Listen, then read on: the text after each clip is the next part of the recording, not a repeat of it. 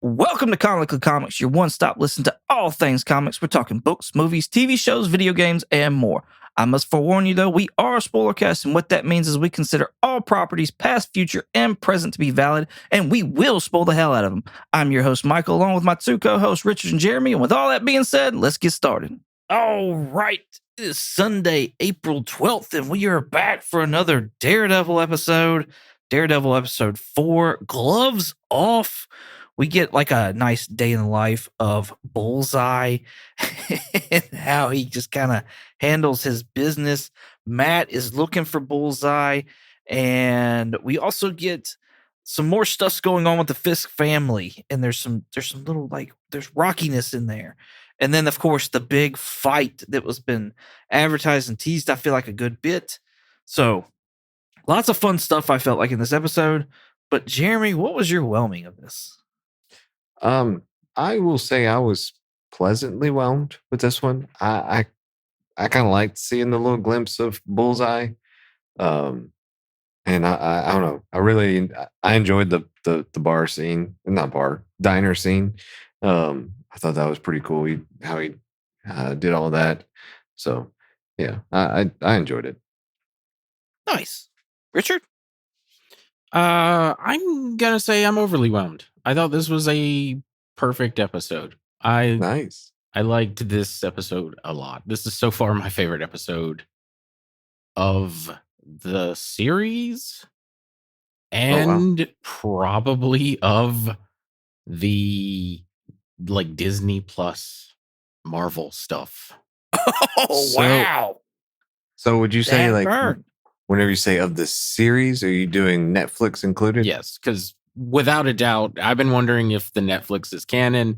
They're using literal clips from the Netflix series now. So that tells me that Netflix is canon. Oh, so it's like I'm sorry to kind of, but is that like the church scenes? Mhm. Were those ones? Oh, Yeah. Okay. Yeah, I mean, I always just assumed that was the thing. I know they didn't outright come out and say it or anything like that, and they still haven't, but I'm with you. Like, we're using the same cast. We're kind of it just seems like a continuation, Mhm. which I'm here for, honestly. So I'm down for all that. I was pleasantly whelmed with this episode as well. I feel like this is the best episode so far of this season. I don't know. I haven't seen all of Netflix Daredevil. So I don't know that I can go as far as that, but I could see it being, because honestly, Bullseye is a fucking badass, and I almost want to change his name to Ricochet, because I feel like everything has to be a Ricochet though in this episode. But I feel like it's awesome. Yeah. I figured they were gonna start calling him Baba Yaga, like fucking John Wick, because he kills a man with a literal lobster claw. That was one of my proud moments right there. I was sitting with my notepad, sitting in an office chair with a table in front of me, big screen, just here I am. I'm here to watch and take notes. Mm-hmm. And so I'm watching as he goes into this diner and he looks at all the silverware, and I'm like, that shit's being used. He's going to kill somebody with that. Yeah. And then we look over and there's an aquarium of fucking lobsters in this diner. And I said, "Death by lobster?" question mark. Yes. And then we looked over at the milkshake machine and I was like, "Death by milkshake?" question mark. I didn't win on the milkshake fully, but I got the death by lobster, and I was like, yes, look at me doing shit. You did get the straw. The straw from the milkshake. Right. Yeah. Kind of, maybe. I wish he'd picked that milkshake glass up though and hit somebody with it. That's what that would have been, the cherry on top. And stuck the cherry on him.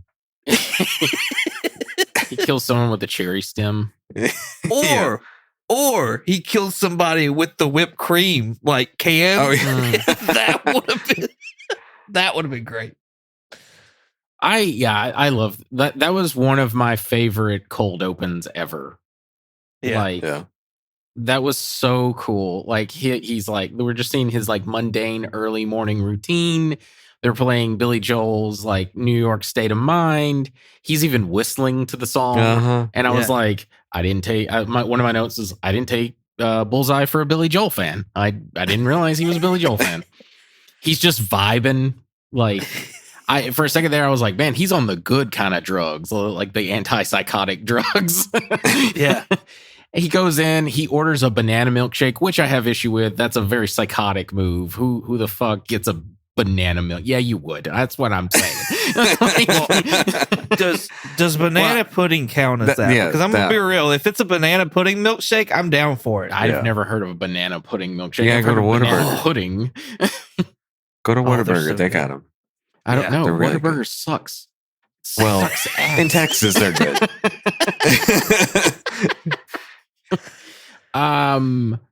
Yeah, I was just like, nah, that's a disgusting flavor for a milkshake. But anyway, and then he calls in, he name drops Frank, he calls in the AVTF, they show up, they're, harassing him, and he turns, and I love he grabs the toothpick, and we see him, like, I rewatched it a second time, and we see him actually where he takes the toothpick and puts it in the straw, and then he turns his head to look at the AVTF guy, and then that AVTF guy's like, he knows who he is. He's just like, oh, fuck. And then he just murks all of them.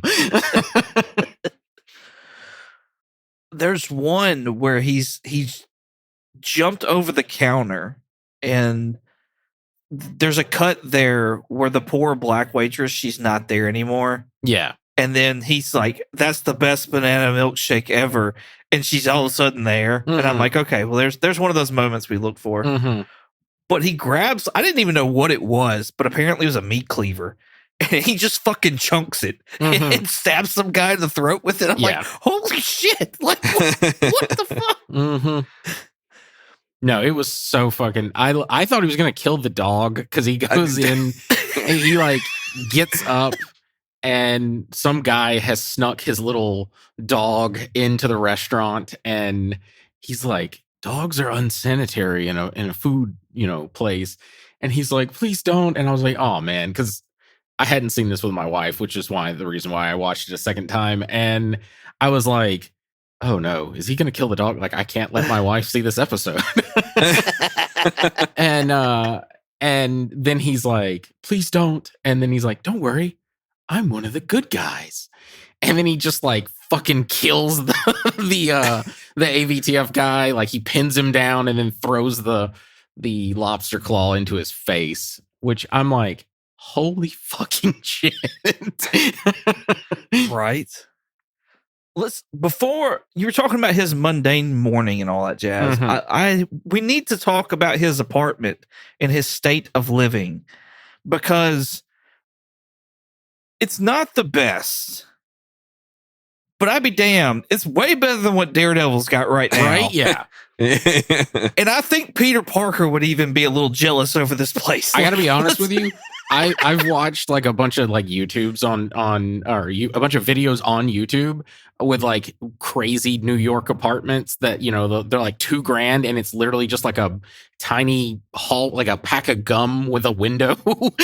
Yeah. And like, there's not even like a place to cook your food or go to the bathroom or anything. It's just like enough room for a bed, essentially. So I think people who see that apartment are like, oh fuck, man, that must be an expensive ass apartment.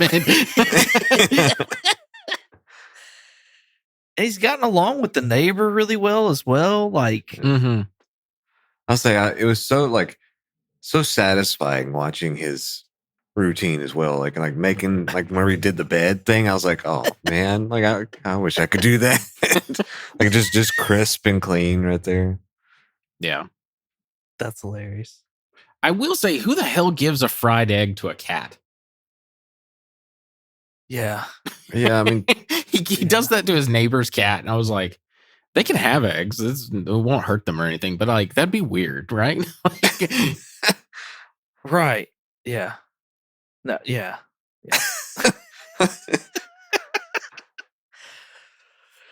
Oh, let's catch up with Matt real quick. They've got all the people from the cells into this high rise that's all like wallpaper, like newspaper on the windows and all that other jazz.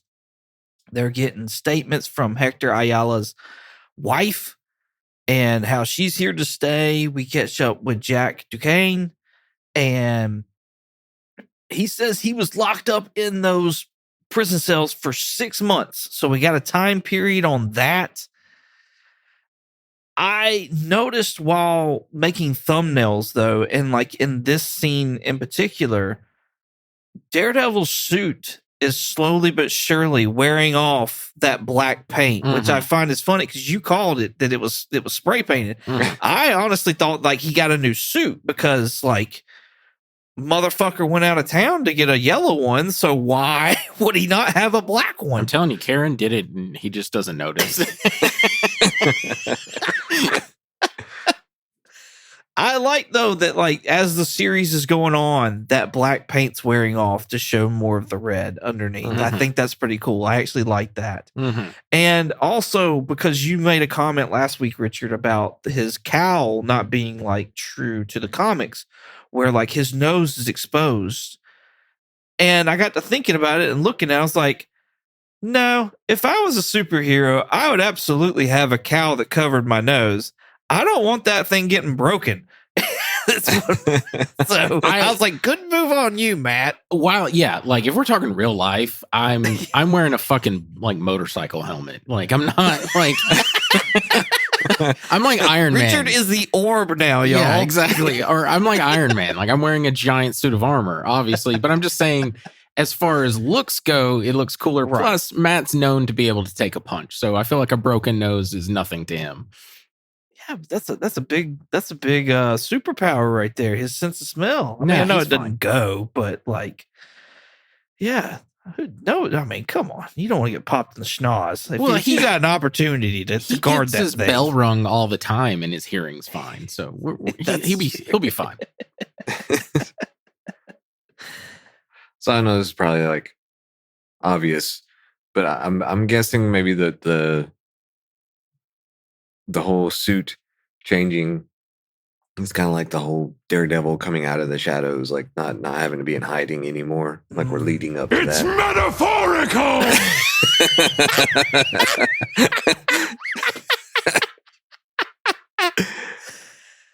Yeah. I think there's a lot of color metaphors in this, like a lot of color metaphors.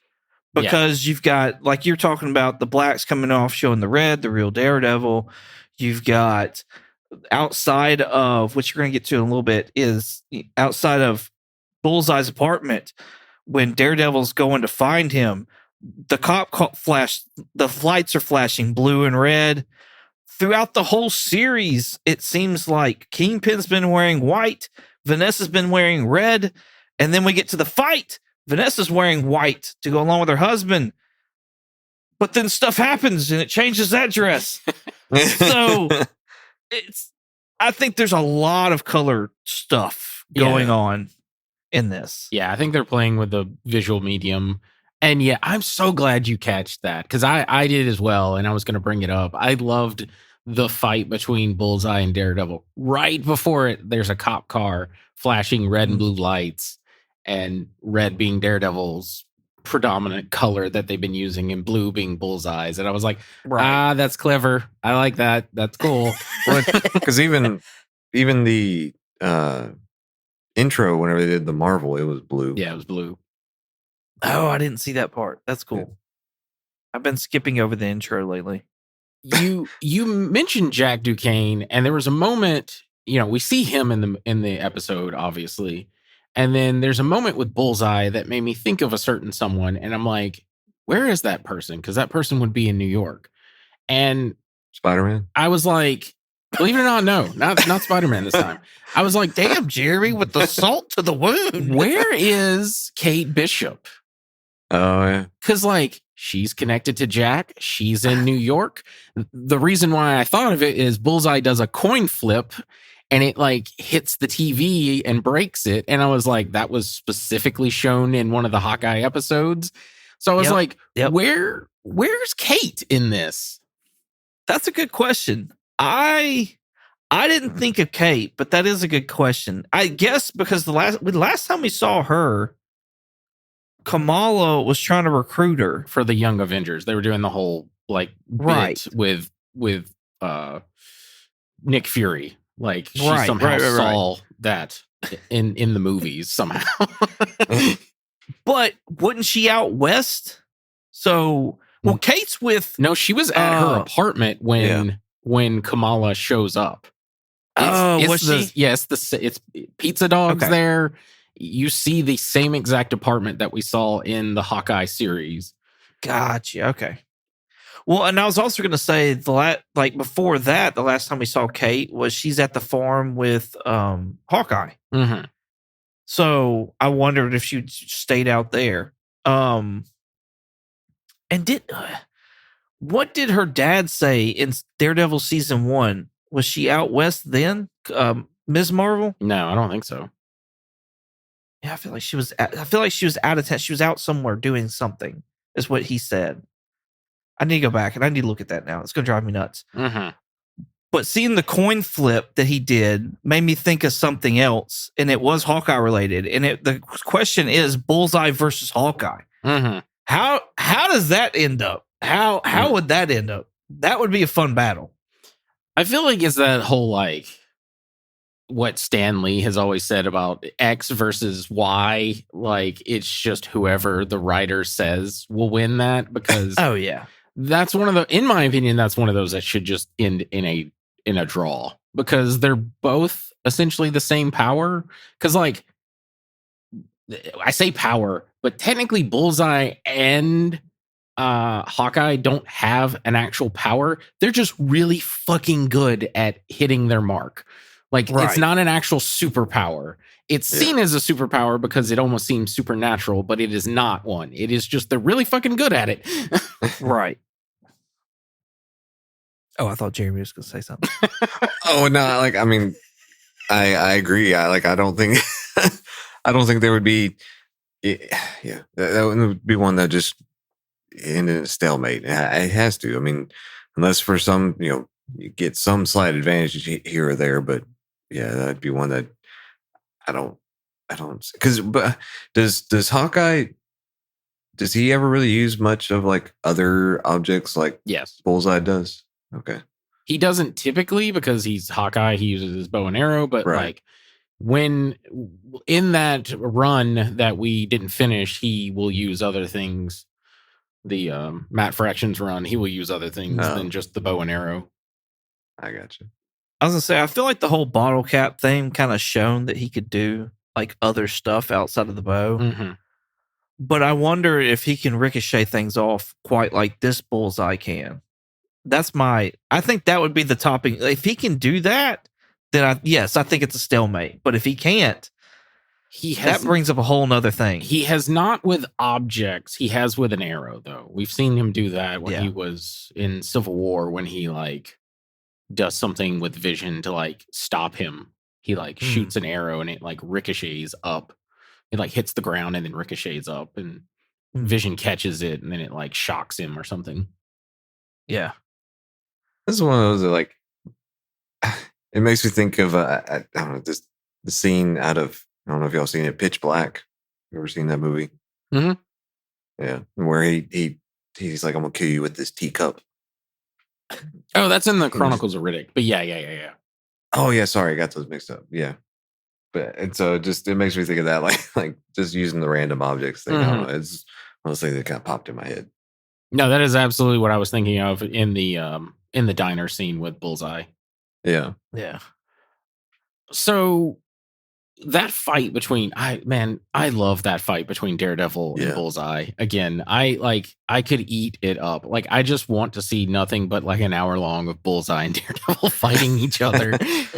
Like I love when he comes in and he grabs his CD player and then he realizes someone's behind him and he throws it and it like ricochets, and then Daredevil catches it and throws it back and it like embeds in the wall. And then they just go to town on one another, like beating the crap out of each other. Yeah. Well, and Bullseye stopped and basically just let him, Mm-hmm. was trying to reason with him. And that poor neighbor lady, geez, she came in for his rescue and he used her as a pawn. Yeah. Like- Well, we're established, like, what Bullseye is trying to do is, like he said, even out the scales.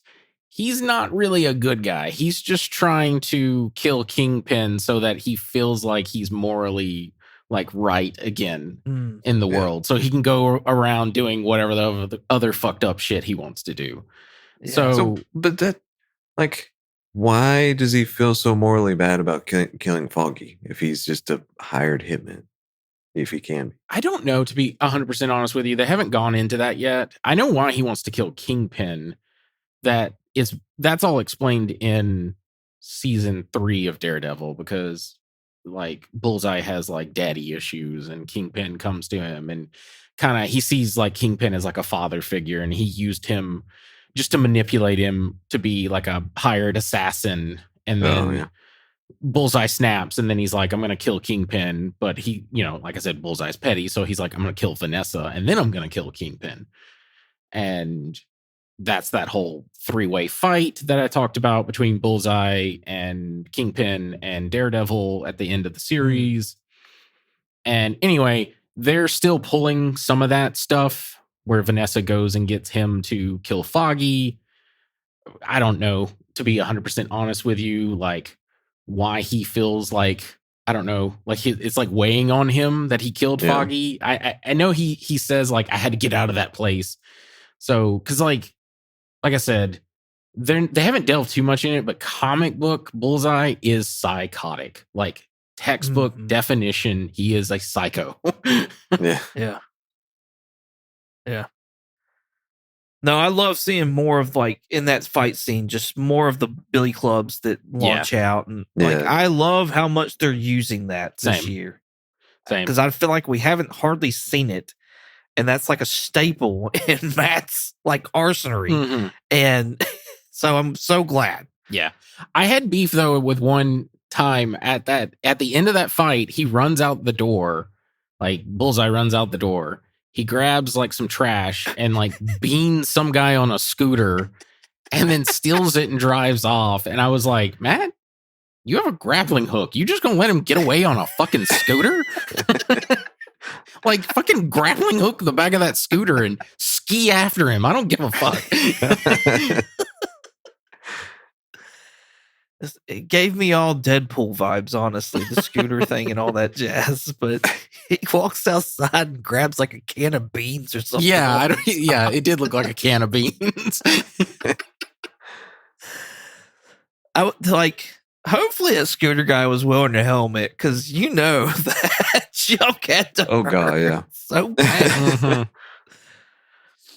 I wrote here, BB is giving a clue to her age, because when she's doing the City Without Fear, the Mayor Kingpin persona, she uses the phrase, the cringe explosion in the East River. And I was like, only young people use the word cringe like that. And I was like, that is absolutely giving away that someone really young, like Gen Z or Gen Alpha, is doing this recording. I see what you're saying. I like how how the videos of those have progressed. Yeah. Like at first I was like, we're not really doing a whole lot here. But like as the story has built momentum, like BB is taking with that as well. And like really tried to exploit all the things that are happening and with Kingpin and all that jazz. So I really like how more vicious those things have been since the show has progressed. Yeah, I like it as well. I also like when Mr. Charles shows up and tries to, have a dick measuring contest with Wilson, and then like some guards get called out, and then Buck just like headshots both of them really quick, and then Kingpin is all like, you could have just called the next time you wanted. It's courteous. Like, I really wanted to turn to Charles and be like, have some fucking manners. I want to paint this picture of, because like Buck has become, I feel like, a big player in this, Mm-hmm. and I don't feel like he necessarily gets the respect he deserves. And he, of course, he's like Wilson's bodyguard, so he's sitting there talking to him at this warehouse where all these military grade weapons are, and Charles sneaks up on him. Well, he was already there, but whatever. And as they're talking, like you said, the two guards come in. Buck puts his hands up, Mm-hmm. and they stay up for a good 2 minutes.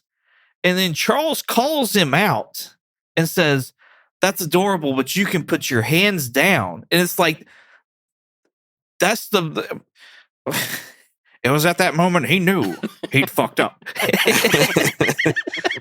It was at this moment that he knew he fucked up. Because it was like, go ahead and kill him. Because as soon as he dropped his hands, he grabbed his pistol and just wasted both of those guys. Yeah. Like it was nothing. So it was almost like I felt like it was more of a fuck you to Charles than anything else. Like, you called me adorable. I was giving you respect, whatever the case is. You're the one that told me to put my hands down. Now, fuck you. Like, Yeah, I mean, he even points the gun at Charles, and Kingpin like waves him down, like, no, put the gun down. You ain't got to kill him. I liked it because we had seen kind of Charles get like the upper hand on Wilson, but this time around, it felt like Kingpin's like reminding him of like, no, I'm the fucking Kingpin, man. right. Well, and it goes back to like, is this going to progress to President Kingpin? But I feel like Spider-Man Brand New Day kind of puts the kibosh on that. Mm-hmm. Also, like, Buck put the gun on him, and Charles's mannerisms was like, he's looking down at him, and then he's kind of looking at him like, really? Mm-hmm. Like, what the fuck are you going to do, kind of thing. But then as they left, Charles says shit. Like, he's like frustrated. So now, like, the way Charles plays off in front of Kingpin is very smooth, calm, and collect. Like, he knows. But he actually seems frustrated there. So I don't understand. I don't understand I think he's I think for sure he works for the CIA. So he's a spy, like CIA spy. So I think he is used to like, showing one thing, but really feeling another. So like he's good at keeping his head cool underneath this situation. But once they're gone, he's like, fuck, this went sideways and I didn't want it to. Yeah. Well, so you think he works for the United States government? Yeah, I do. Especially all that like talk about. Originally, I thought he was going to be service, like the hand, but he was saying like how like, you let all your cronies like come in and use this port, but the minute Uncle Sam comes in, all of it goes to shit. Like, I really do think he works for the CIA. See, I feel like he works for somebody else. I feel like he works for some kind of like big, like really big Kingpin. Yeah, like, maybe. We'll see, but I don't. Just because he's adamant about these guns getting to wherever, and there has to be a war. Like, there has to be. So, I don't know. We'll find out. Yeah. Surely we'll find out. Don't call me Shirley. I like that Matt goes undercover as one of the AVTF guys. I thought that was very smart of him. Yeah. Try in his attempts to find Bullseye. Yeah. Mm-hmm. To get a clue of what the hell happened there and where Bullseye's at. Yeah. I thought that was neat. No, I thought it was cool. I keep dancing around, but I want to really talk about the ending of this episode. Okay. We can get into it. It's the biggest thing, so. Yeah. So we have the fight. I looked up Matador. I thought there was a comic book character by the name of Matterhorn. I'm sorry. I thought there was a comic book character by the name of Matterhorn, but apparently there's I couldn't find one. Mm-hmm. So maybe I just didn't look hard enough. But we have the fight between Kingpin and Matterhorn, and Kingpin does not hold well. At first he holds back, it looks like, but then like he gets pissed off at one point, and there's no holds back. Is that guy still alive? No, Like, he's dead. or is he just knocked out? No, he's dead. No, I'm serious. He's dead. Like, that whole twitching is him, like, he's dying of a brain hemorrhage. Yeah. Golly. And That's bananas. yeah, he, like, Kingpin, I don't think was holding back, because when he punched him the first time and like blood comes out and the mouthpiece comes out, the guy says like, "Oh, it's like that, huh?" or something. So I think Matterhorn thought that this was just going to be like a play fight kind of thing. They just exchange a bunch of punches, and then like he'll take a dive or something. But then Fisk did not, like, the gloves were off. I think what the whole point of the episode was. And well, not the whole point. The point is coming up. But anyway, and then that guy was like, okay, we're having a real fight now. And then he sees Vanessa and he's pissed. And then when he gets sucker punched by Matterhorn, then he really like just gets mad and does the like whole super punch, which I'm a little mad, not mad, but like, I looked up because I knew Kingpin is fucking enormous in the comic books, but I didn't know, I guessed around 400 pounds. And I looked him up. Comic book Kingpin is 6'7", 450 pounds. Good Lord. And usually he is all muscle. Like, he looks fat, but he is all muscle. And in this, they say he's 325. And I gotta be honest with you, I'm like, I think someone's lying about their weight. Because, like, he should be like 400 pounds in order to kill a man by just punching them in the ribs and then in the head. Maybe. I don't know. Yeah.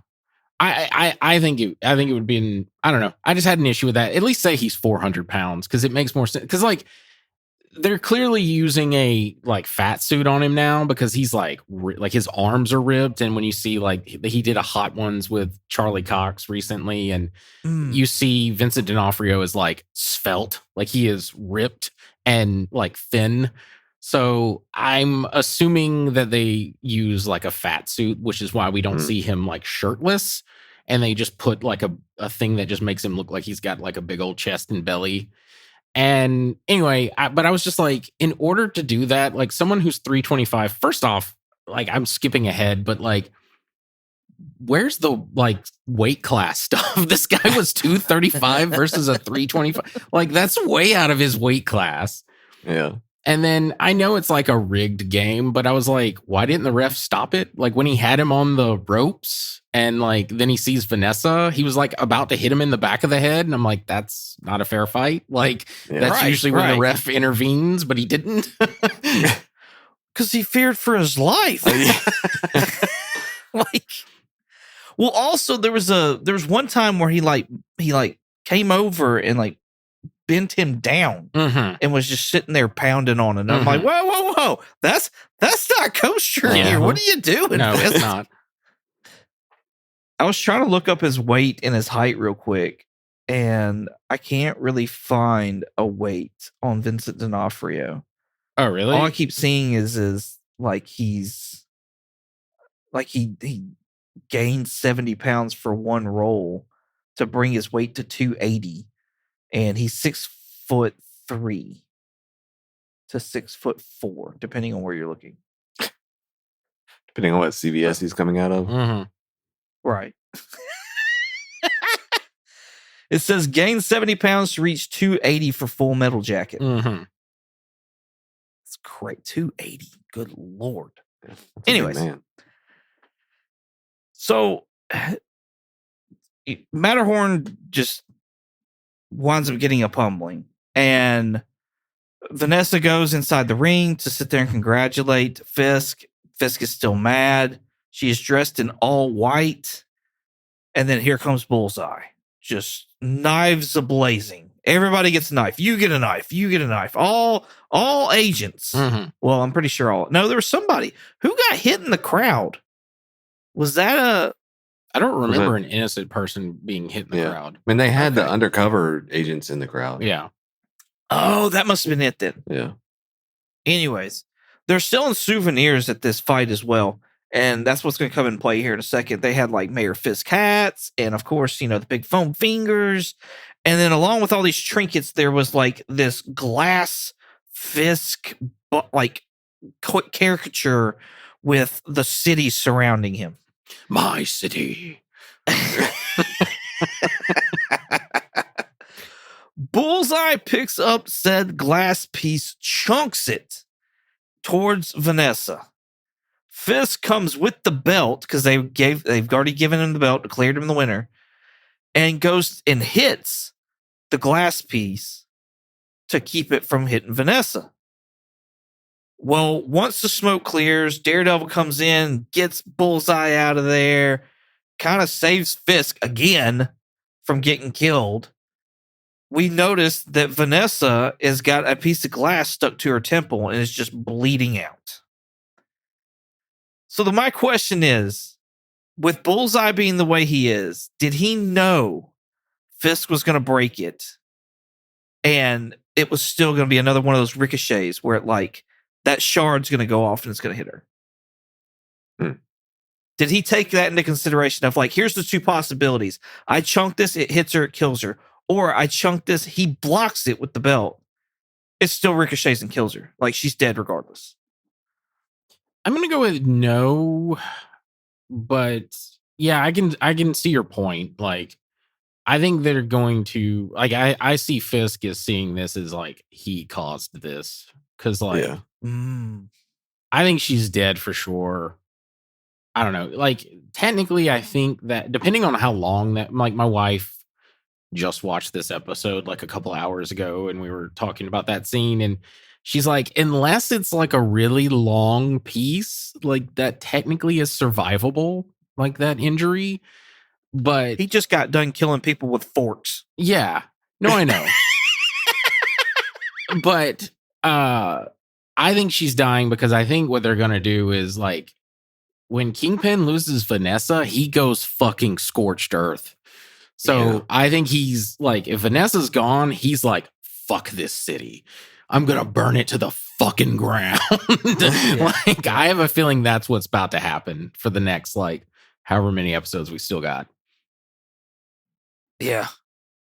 Well, it's going to be a really hard press on the whole people being masked thing as well. Mm-hmm. Which I feel is going to be, we're halfway through the season here at this episode 4, and I feel that's what's really going to push in Jessica Jones, especially since a trailer just released showing her talking to Matt and how they came in on her apartment. So they'll actually be actually coming after whoever at that point in time, it seems like. Yeah. Yeah, they probably will. I got a feeling this is we're going to see a very unhinged almost Fisk. definitely. Yeah. Which will be his downfall. Yeah, absolutely. I think it will be.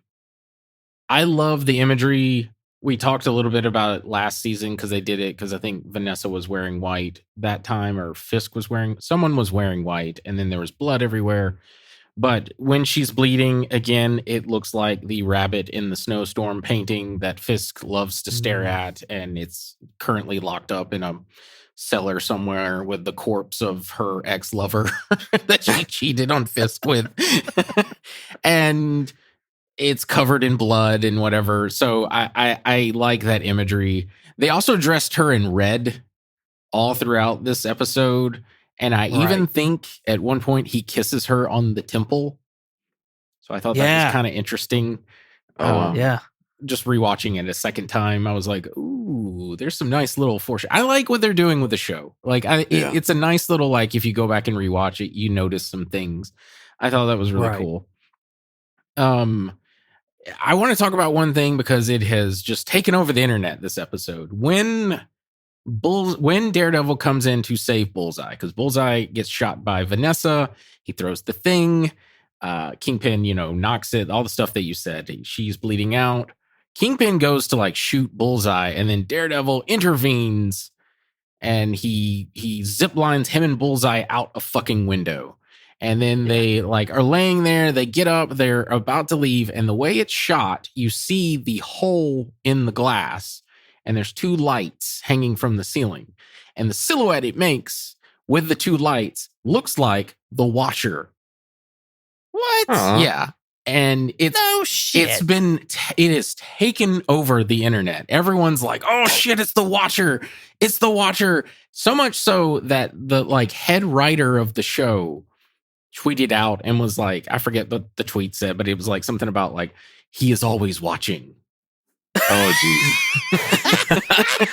Like, it's one of those that where you're just like, okay, did they purposely do that? Or did it just happen and now they're just Yeah, I think it's that. running with it? I think Okay. I think it's the latter. I don't think they intended to, but it damn does look like one of those shots from What If, where like we see like the silhouette of him, because it looks like a guy with a big head, and then the way those lights are hitting looks like 2 eyeballs.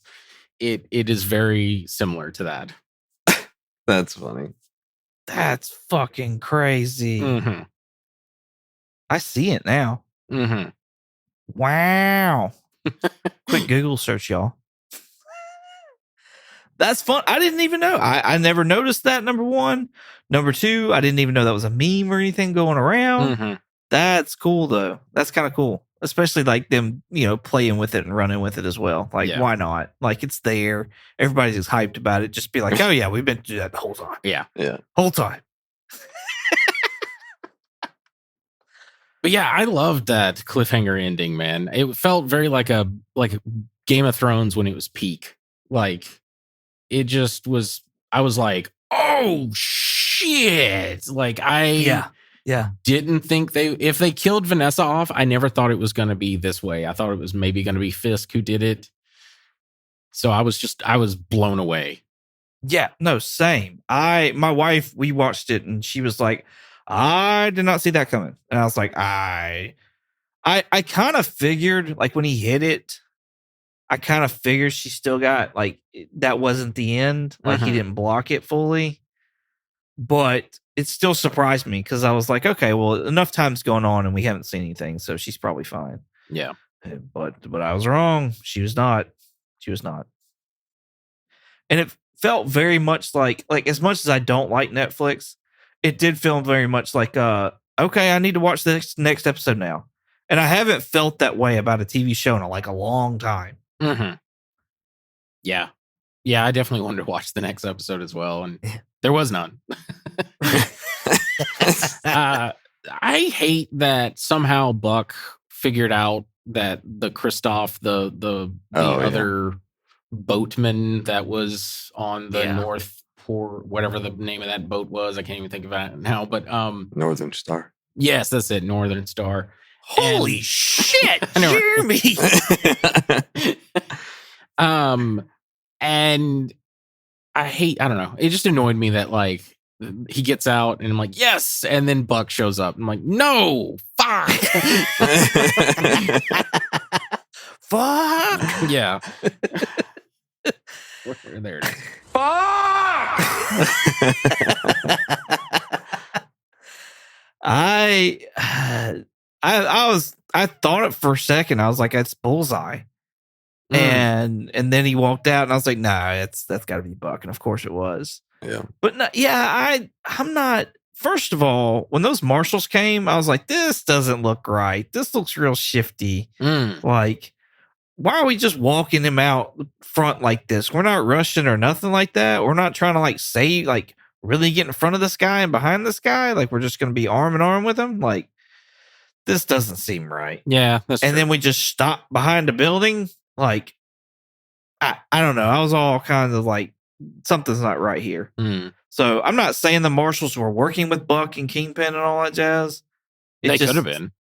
They could have been. It just did. That would make more sense. It could have been like a Mr. Charles kind of move where they got them to work with them to like get him, and then they were gonna kill those marshals anyway, just to cover everything up. Yeah. But like, does Charles sit there and work with him right now if they just had that No, confrontation? I'm not saying that Charles. I'm using like the idea that Charles had with the whole like dock workers about how like doing that and then just killing everybody. Yeah. So I'm wondering if they got that idea to like get the marshals to go get Kristoff, and then Right. when they get him, it's just like we're just going to kill everybody at that point. Yeah. Now I see what you're saying now. Like Kingpin and Buck Mhm. are like, hey, let's get two guys, dress them up as marshals, send them Mhm. over there. Yeah. That yeah, I think that makes sense. I don't like it, but I think it makes sense. Also speaking about BB, like, you know, she gets an SD card in this episode to help Mhm. with the interrogation and all that other jazz. Not interrogation. Information from the boatman, from the North Star Hammond. And right in front of Daniel. Right. And so is Daniel going to have enough love blinders on to let this slide?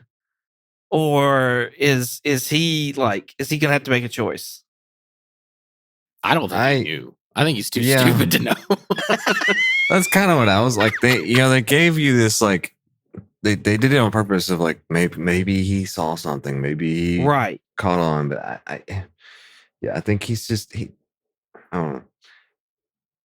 I don't think he's the brightest bulb in the bulb box necessarily. He kind of catches you. He kind of might catch you off guard here or there, but for the most part, I just don't think he's. I don't know. He could surprise us, and maybe he did know or something. But I guess we'll see. But see, like I think that's the whole shtick with Daniel, though. Like he comes off as this big, dummy. And like the last episode, he's talking about how he can like basically smooth talk whoever. Mhm. Yeah. And Buck's like, what are you talking about? He's like, I just got you to eat street hot dogs. You don't know what the fuck's in that. And Buck's like, touche. So like, Yeah. it's one of those where like I don't know. I don't want to discredit Daniel. Like I really don't. Like as much as he doesn't come off intelligent. That's a dangerous move, I think. He also makes a line where in that last episode, Buck was like, "Are you high?" And then Daniel's like, "Well, I'm not high right now." And I'm calling it. He's going to like a fight. He took all the ketamine. Like he took enough ketamine to take down a fucking elephant. Like. But Jeremy's right. They did like they showed a specific scene of him looking at BB, looking down at her pocket, or what presumably would be her pocket. It might be one of those, hey, eyes up here, guy, kind of things. But and then looking back at her, which kind of leads you. But then he makes a comment about, I didn't know I was on a date with a star kind of celebrity. Thing. Yeah. Mm-hmm. So to kind of like throw it off. Yeah. So yeah, I don't know. He could be. There's been some theories that he may be this universe's the Rose kind of thing. I think you mentioned that like a couple of whatever years ago, whenever the first season came out. So I mean, they could go that route. Yeah, like it could make him like this is all just he's been playing the idiot, but he's actually much smarter than what he leads on to be. Yeah, maybe. The last thing I just want to talk about is the Cole North and whatever Powell, the like two AV, like I want Bullseye to fucking kill those guys so fucking bad. Like yes. I know that, like I said, I know they are just making them purposefully assholes so that when they do get theirs, it will be satisfying. But my God, I was hoping that was going to happen this episode with Bullseye just killing all the people in the ring. And anyway, I'm just like, can Frank, somebody, Bullseye, like I don't need Daredevil just like beating them up or something. Like I just want to see Frank or fucking Bullseye just fucking murk these motherfuckers. Well, it's probably not going to be Frank because all we're going to do is get name drops in every single fucking episode this season. It looks like. Yeah. And honestly, that trailer that just dropped doesn't really explain a whole hell of a lot why he's not around.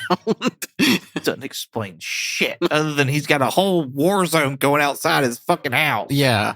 Which I'm like, it clearly looks like he's still in New York. So I was just like, Right. Why isn't he helping? Like, what's going on here?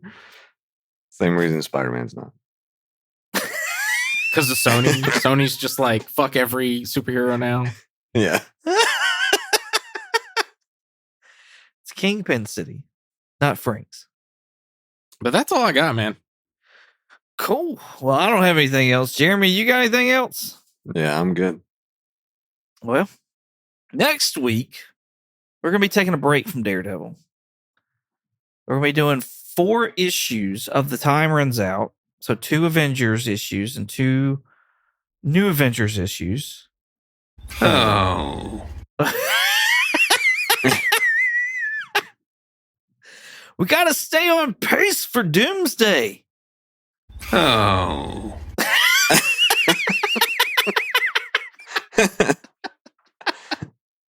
But we'll be back and we'll be doing a double episode of Daredevil when we get back to that. So it should be really good. We'll find out what happened with Vanessa, what's going on with BB. We'll talk more, hopefully, about the White Tiger. I don't know what's happening there. That's a whole nother thing as well. So, yeah. What? I hate it. I forgot to mention. I hate what they're doing with the White Tiger stuff. But anyway. Hopefully it'll make a turn. Do what? So hopefully it'll make a turn for the better.